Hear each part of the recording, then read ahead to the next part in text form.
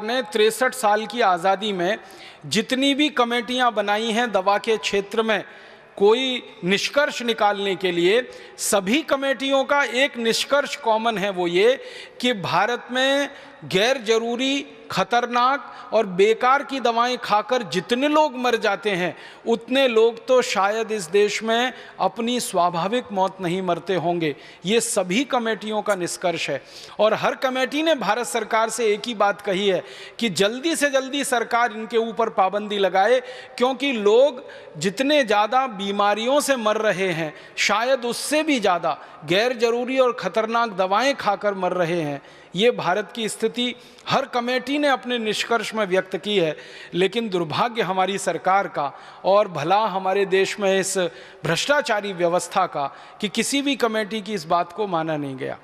मैं कुछ दवाओं के नाम आपको सुनाना चाहता हूँ जिनको दुनिया भर की सरकारों ने बंद कर रखा है, जिन दवाओं को कोई खरीदता नहीं, दुनिया में बेचता नहीं। उनके अपने देशों में जहाँ की ये कंपनियाँ हैं वहाँ भी ये दवाएँ बैन हैं और 1-2 साल से नहीं, 20-20 साल से बैन है, 30 साल से, 40 साल से बंद हैं। वो दवाएं भारत में धड़ल्ले से बिक रही हैं, हज़ारों लाखों करोड़ों रुपए का व्यापार चल रहा है। कुछ नाम सुनाता हूँ आपको। एक दवा है, उसका नाम है बाईप्राइड। ये दुनिया में Ireland, Philippines, Oman, America, Argentina, Colombia, Germany, Britain, Canada, Brunei, Japan, संयुक्त अरब अमीरात, अबू धाबी जैसे 85 देशों में बैन है ये दवा, लेकिन भारत में धड़ल्ले से बिक रही है। इसी तरह से सीफेक नाम की एक दवा है, सिपिड नाम की एक दवा है, सीसा है, फिर सीसा प्राइड है, फिर सीसा नॉर्म है, फिर सीसा प्रो है, फिर सीसा वॉल है, फिर एस्प्राइड है, फिर एस्प्राइड एमपीएस है, फिर कैनोप्राइड है, फिर मोटेन है, फिर मोटिलैक्स है, फिर मोटिकेयर है। ऐसी पूरी लंबी सूची है, 1-2 नहीं हज़ारों दवाओं की जो भारत में धड़ल्ले से बिक रही।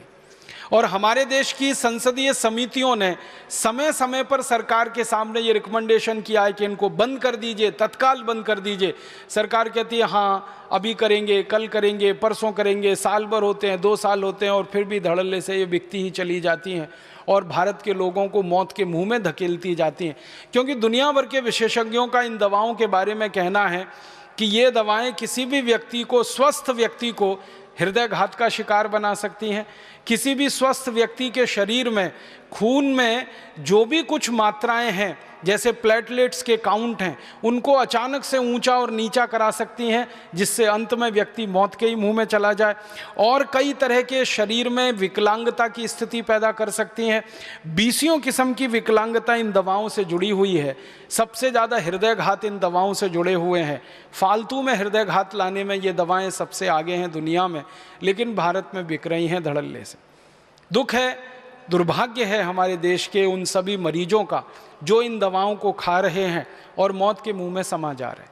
सरकार को जब भी ये सवाल पूछा जाता है संसद में कि गैर जरूरी दवाएं खाकर, बेकार की खतरनाक दवाएं खाकर हर साल कितने लोग मरते हैं, सरकार कभी भी उनका ठीक आंकड़ा नहीं दे पाती है। वो बात करते हैं हज़ारों में मरते हैं, लाखों में मरते हैं। जब सरकार को ठीक पूछा जाता है कि कितने लाख मरते हैं, तो सरकार के मंत्री का जवाब होता है कि आंकड़ा उपलब्ध नहीं है, आंकड़ा उपलब्ध नहीं है। 1991 से 2009 तक सतत संसद की लोकसभा में ये प्रश्न पूछा जा रहा है।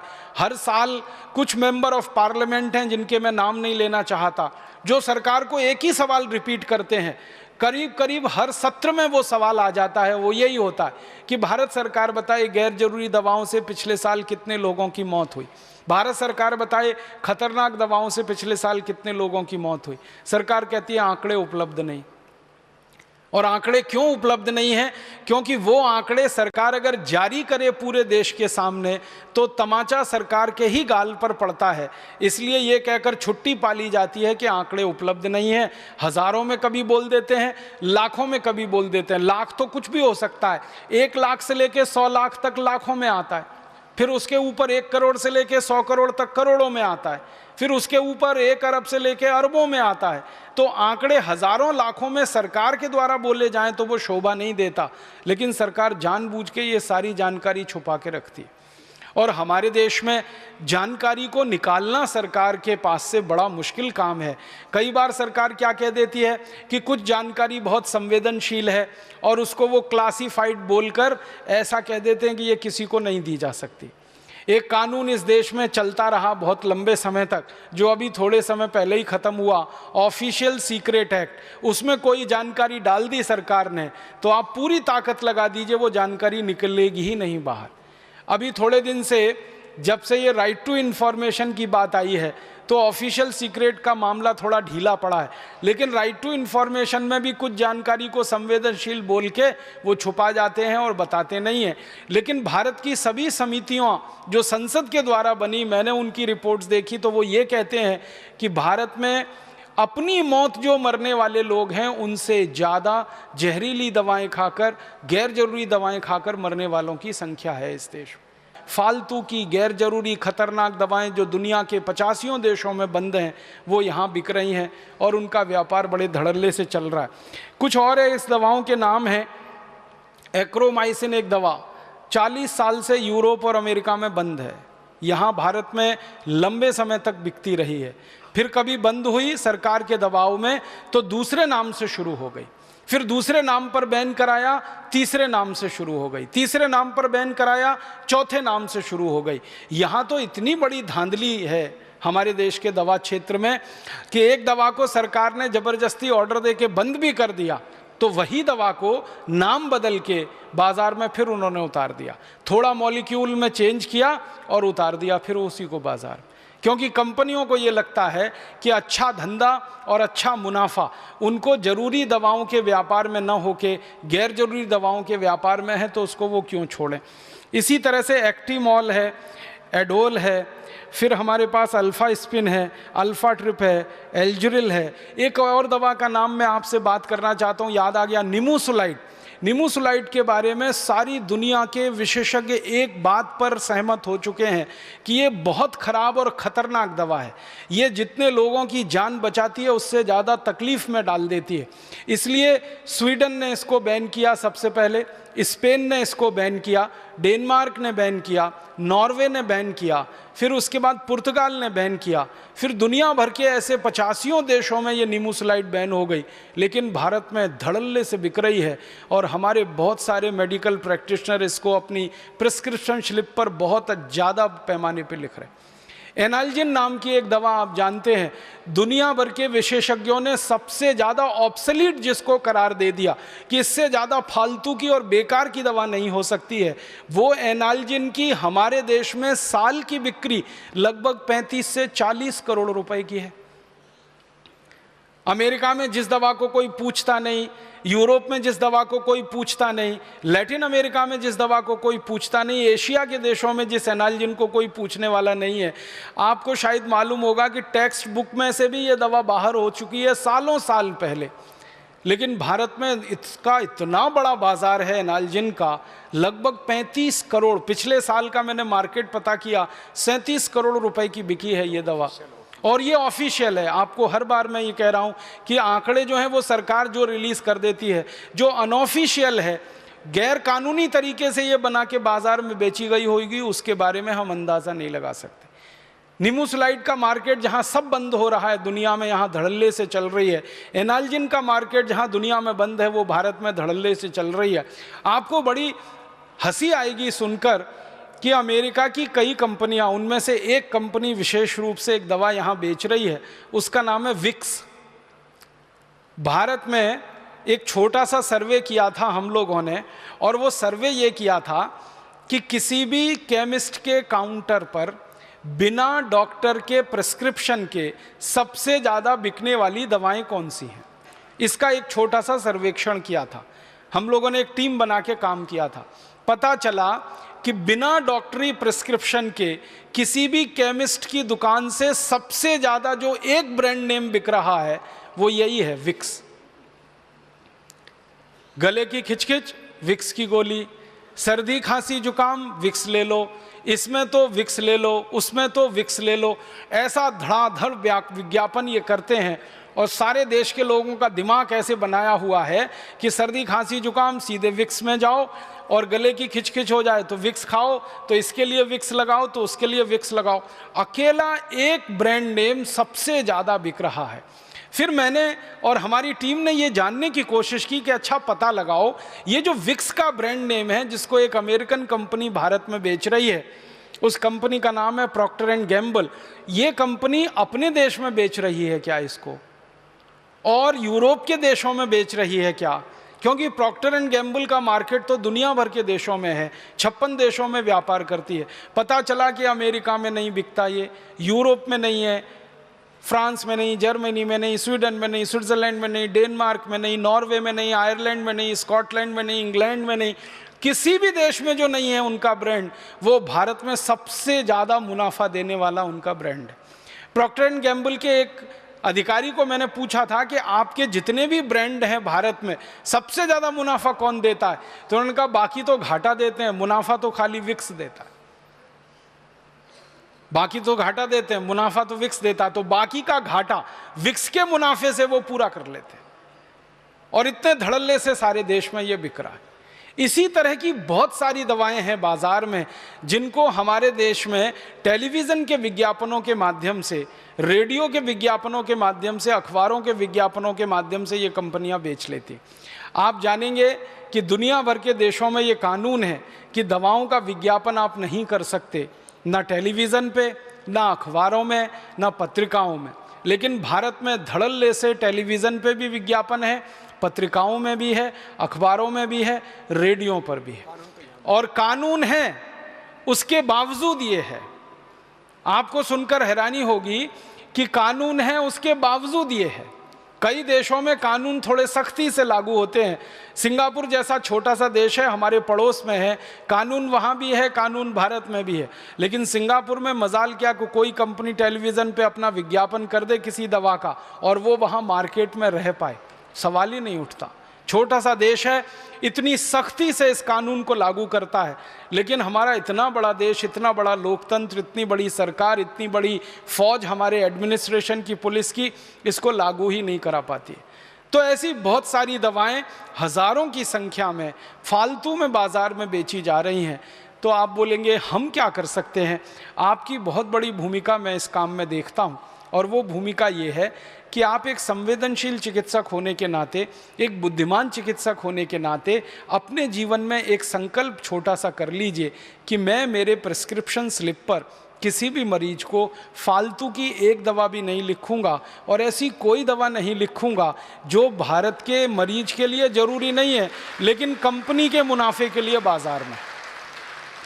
अगर आप इतना सा एक छोटा काम कर देंगे तो इस भारत देश के लोगों का हज़ारों करोड़ रुपए बच जाएगा। लोगों का तो बच ही जाएगा, वो भारत देश के लोगों की जिंदगी भी बचाएगा, उनका जीवन बचाएगा। तो आप अगर अपने मन में एक संकल्प ले लेते हैं, ये बहुत पवित्र संकल्प होगा जो आपके सम्मान को बढ़ाएगा, कम नहीं करेगा। आपके सम्मान को मरीजों के दिल में बहुत गहरा स्थान देगा। आप उनके दिल में हमेशा के लिए बैठ जाएंगे अगर एक छोटा सा काम आप कर लें। मैं आपको एक उदाहरण देके इस बात को कहूँगा। स्वीडन नाम का एक छोटा सा देश है। स्वीडन नाम के देश में 1980 के दशक में थोड़े से कानून में ढीलापन आ गया और विदेशी कंपनियों ने मार्केट को भर दिया। वहाँ स्वीडन के बाज़ार में अंधाधुंध गैर जरूरी दवाएं, फालतू की दवाएं बाज़ार में आ गई। जिन दवाओं से लोगों की मौत हो रही थी, ऐसी दवाएं धड़ल्ले से बिकने लगी। एक दवा है, उसका नाम है क्विलोक्विनोल। ये जो है सबसे ज़्यादा 1980 के दशक में स्वीडन और आसपास के देशों में बेची जा रही थी, और एक बहुत बड़ी विदेशी कंपनी इस दवा के धंधे में लगी हुई थी। स्वीडन में एक बहुत संवेदनशील चिकित्सक ने झंडा उठाया, बहुत संवेदनशील चिकित्सक, उन्होंने एक झंडा उठाया। उनका नाम था डॉक्टर ओले। उन्होंने कहा कि हमारे देश के बाज़ार में, स्वीडन तो बहुत छोटा सा देश है, कोई बहुत बड़ा देश नहीं है, आबादी बहुत कम है, भारत के एक ज़िले से भी छोटा है, लेकिन वहाँ के एक संवेदनशील चिकित्सक जिनका नाम था डॉक्टर ओले, उन्होंने ये झंडा उठाया कि मेरे देश के लोगों को ये फालतू की दवाएं खानी पड़ें, लीवर ख़राब हो उनका, किडनी ख़राब हो जाए, मौत के मुंह में चले जाएं, लाखों करोड़ों रुपया स्वीडन से विदेशों में हस्तांतरित हो जाए, ये तो नहीं चलने दूंगा। तो उस एक चिकित्सक ने स्वीडन के चिकित्सकों को समझाना शुरू किया। धीरे धीरे एक संगठन बना। उस संगठन में 3000 डॉक्टर शामिल हो गए और 3000 डॉक्टरों ने मिलकर डॉक्टर ओले के साथ एक संकल्प ले लिया। उन्होंने संकल्प लिया 3000 डॉक्टरों ने कि हम में से कोई भी दवा कंपनी की कोई भी दवा इसलिए नहीं लिखेगा कि वो मार्केट में है। हम दवा लिखेंगे तब जब मरीज की बहुत ज़्यादा ज़रूरत होगी। वो अगर ज़रूरत नहीं है तो मरीज को कहेंगे कि आप बिना दवा के ही ठीक हो सकते हैं और आप अपने जीवन में इतना इतना सा कर लीजिए।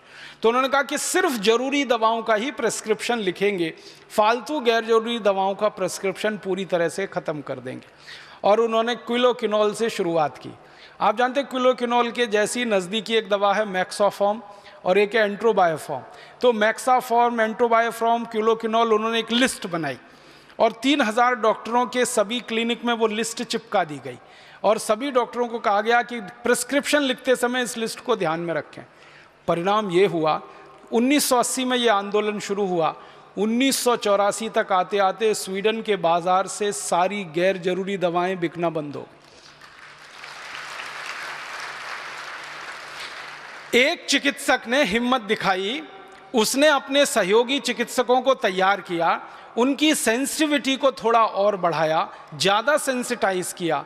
इंटेलिजेंसी तो सभी चिकित्सकों में होती है, सेंसिटिविटी बढ़ने की बात है। संवेदनशीलता उनकी बढ़ती गई और एक दिन आकर उन्होंने संकल्प ले लिया। फिर उनका दूसरा संकल्प ये था कि हम 3000 डॉक्टरों का ये जो संगठन है, इस संगठन में आगे भी दूसरों को शामिल करते रहेंगे अगर वो हमारे इस विचार पर चलेंगे। धीरे धीरे संख्या बढ़ती गई। फिर ये आंदोलन स्वीडन से निकल के डेनमार्क में चला गया, डेनमार्क से निकल के फिर नॉर्वे में चला गया, नॉर्वे से निकल के फिर जर्मनी, फ्रांस में चला गया और एक बहुत बड़ी संस्था बन गई। अब वो संस्था वहाँ काम करती है, उनका नाम है डॉक्टर्स विदाउट फ्रंटियर्स। और वो मिलके पूरे के पूरे यूरोप के ये नॉर्दिक कंट्रीज़ जो कहे जाते हैं, इनमें एक ही अभियान चला रहे हैं और उसमें पूरे सफल हैं कि एक भी फालतू की गैर जरूरी दवा और ख़तरनाक दवा उनके बाज़ार में बिक नहीं सकती, क्योंकि उसका वो प्रिस्क्रिप्शन करते नहीं हैं। सारी दवा कंपनियां उन डॉक्टरों को लालच दे के परेशान हो चुकी हैं, बहला फुसला के परेशान हो चुकी हैं, लेकिन वो डॉक्टर झुकते नहीं हैं। उनकी इज्जत, उनका सम्मान वहाँ के मरीजों में दिन प्रतिदिन बढ़ा है। और एक अच्छी बात बताऊं कि ये सारे डॉक्टरों की जो प्रैक्टिस है उसके बारे में जब उनसे पूछा गया अनेक बार कि आपकी प्रैक्टिस का क्या हुआ, आपने जब ये फालतू गैर जरूरी दवाएं लिखना कम किया तो कंपनियों ने आपको पैसे देना, कमीशन देना बंद किया, वो तो आपकी कमाई कम हो गई। तो सभी डॉक्टर कहते हैं पहले से ज़्यादा बढ़ गई। क्यों? तो वो कहते हैं कि पहले जो मरीज हमारे ऊपर शक करते थे, आशंका करते थे, अब वो भी भरोसा करने लगे हैं, इसलिए हमारे पास अब ज़्यादा पहले से मरीज आने लगे। ये डॉक्टर्स लोगों के समूह में डॉक्टर ओले का अभी तो स्वर्गवास हो गया है।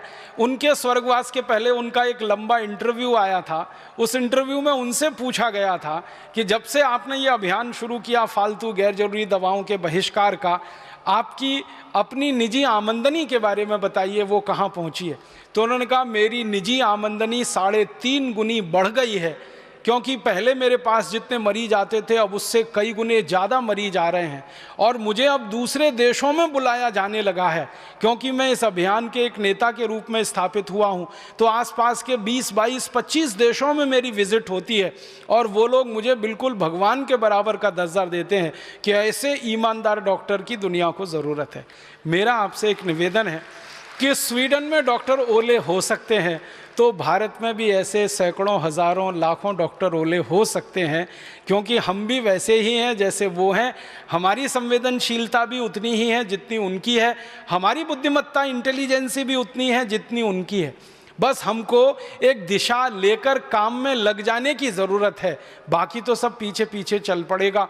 तो आज आप सब चिकित्सक बंधुओं से, बहनों से मैं एक ही निवेदन करना चाहता हूं कि आप अपने जीवन में एक छोटी सी शुरुआत करिए और वो शुरुआत यहीं से करिए कि फालतू की गैर जरूरी बेकार की दवाएं हम मरीज को लिखेंगे नहीं, और कोई मरीज आग्रह करेगा तो उसको समझाएंगे, डिस्करेज करेंगे।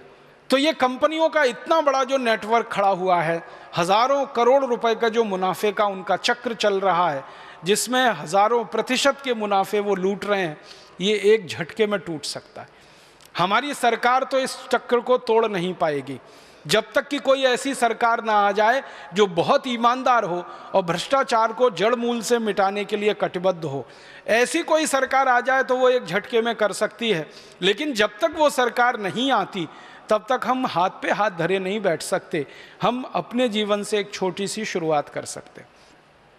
मुझे आपसे ये एक बात कहनी है कि फालतू की गैर जरूरी दवाएं आप प्रिस्क्राइब करना बंद कर दीजिए। आप अपने कॉन्शियस से, अपने अंतरात्मा से ये पूछ लीजिए कि जिन दवाओं को मैं मेरी पत्नी को नहीं लिख सकता, मेरी बेटी को नहीं लिख सकता, मेरे भाई को नहीं दे सकता, मेरी माँ को और पिता को जो दवाएं मैं नहीं खिला सकता, वो दवाएं किसी दूसरे मरीज के लिए मैं क्यों लिख रहा हूँ।